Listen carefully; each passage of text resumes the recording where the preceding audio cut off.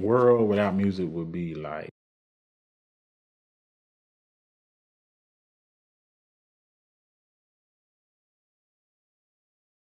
just like that. That's what, to me, that's what a world without music would be.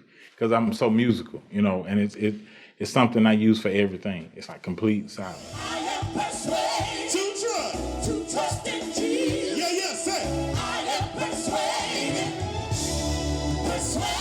I'm persuaded to trust the one who made the day. I got my start actually at Ambassador Cathedral. At that time, my pastor was Bishop F8th Productions, and my minister of music was David Allen. And so I started playing the piano there. I was about 14 or 15 years old. And every year, David Allen would do a workshop called IGF Workshop. He brought a lot of musicians and singers in, producers. So I had a chance to mingle with people the likes of Darryl Coley, John Key, Donald Lawrence, Chris Gray, and just to name a few. So I had a chance to mingle with them, hear their mindset on how you do things, the way you carry yourself, not just in music, but in ministry. You know, there's so much going on in the world and life. And I was just having this conversation with a friend of mine last week. Life is constantly moving. It don't stop. No matter what's going on with you, it keeps moving. The truth is, if something happens and I pass away today, tomorrow, I have people that's going to be crying, they're going to be sad, but in a couple of days, they're going to go back to work. They still got bills they got to pay. They got kids they have to raise, you know what I'm saying? So it's nothing stops. So to me, as a believer, I believe that in life, you're either going through a storm or you're coming out of a storm. I mean, everything is in seasons.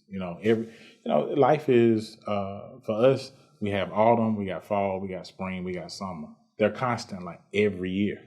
So to dwell on, I'm aggravated in this particular season and not understand that the season has to change. Like I believe that I can't always be in lack. At some point, I'm gonna have everything I need, and it may switch and I go back, but it's gotta change. So to me, I don't think it's fair as a believer to dwell on what you're dealing with and not allow yourself to be able to encourage somebody else. I just think it's unfair to the life God has given. What about my health? What about my wealth? What people saying if he's gonna make a way? I ain't worried cause Come on. What about my kids? What about my friends? What about today? And yesterday? The enemy and what he tried to do to me, say I ain't worried cause Even when I write music or write lyrics to music or whatever, it's centered around something that's going on at that time. And so I put lyrics to what's happening, And so I may have been playing these chords for years, but they didn't have lyrics to it. It's just music. And then something would happen.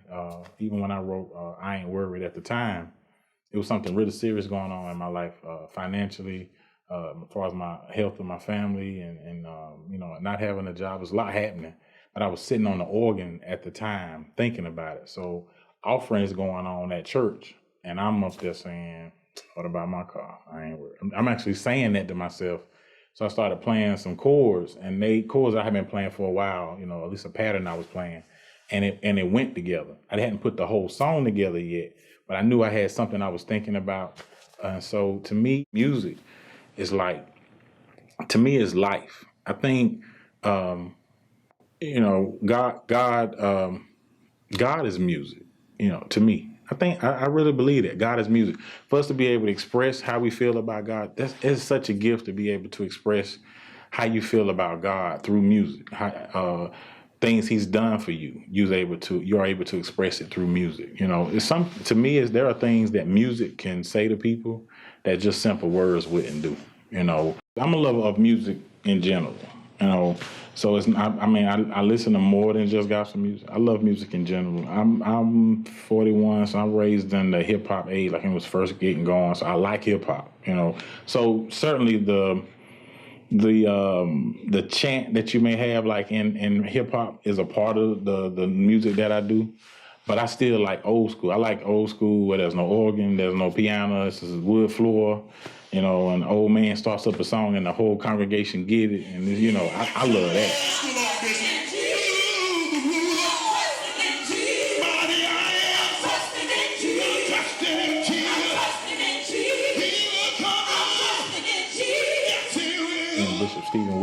we're talking, and he had music he wanted to do, and we actually decided to come and work together. We call it a Greater Works Project, and as two different artists coming together, we do a live recording together. Now, out of that, he would have his own EP, I would have my own EP. The only challenge I have right now, not a challenge, I'm working really hard because I'm producing my album and I'm producing his all at the same time, and so I think what you can expect, the different styles of music, this is probably, I would say, to me, out of the 3 albums, this will be my 3rd album. This one is I'm probably the most confident about. There isn't a song on this one I don't think gonna work. I think sometimes we do an album and you like, I got 10, but these 3 probably gonna, For me on this one, I'm totally confident about either one. I let people listen to a couple of them, and nobody says, well, I like this one the best. So it's like certain ones say everybody always pick this one, so for the most part. But for this one, I think is gonna make a major impact, not just because of the style of music, different styles I'm using. I think it's gonna make an impact because of the lyrical content we use. I think the musicians we used this year were phenomenal. The singers were great. But I think we had the whole package. You got great singers, you got great musicians, we got great technicians, you got great songs, and I thought me and Bishop Steve Williams did a good job of presenting, and God was certainly in it. You can't go wrong with unity. The Bible makes that clear. So this album, this is the most excited I've ever been about an album.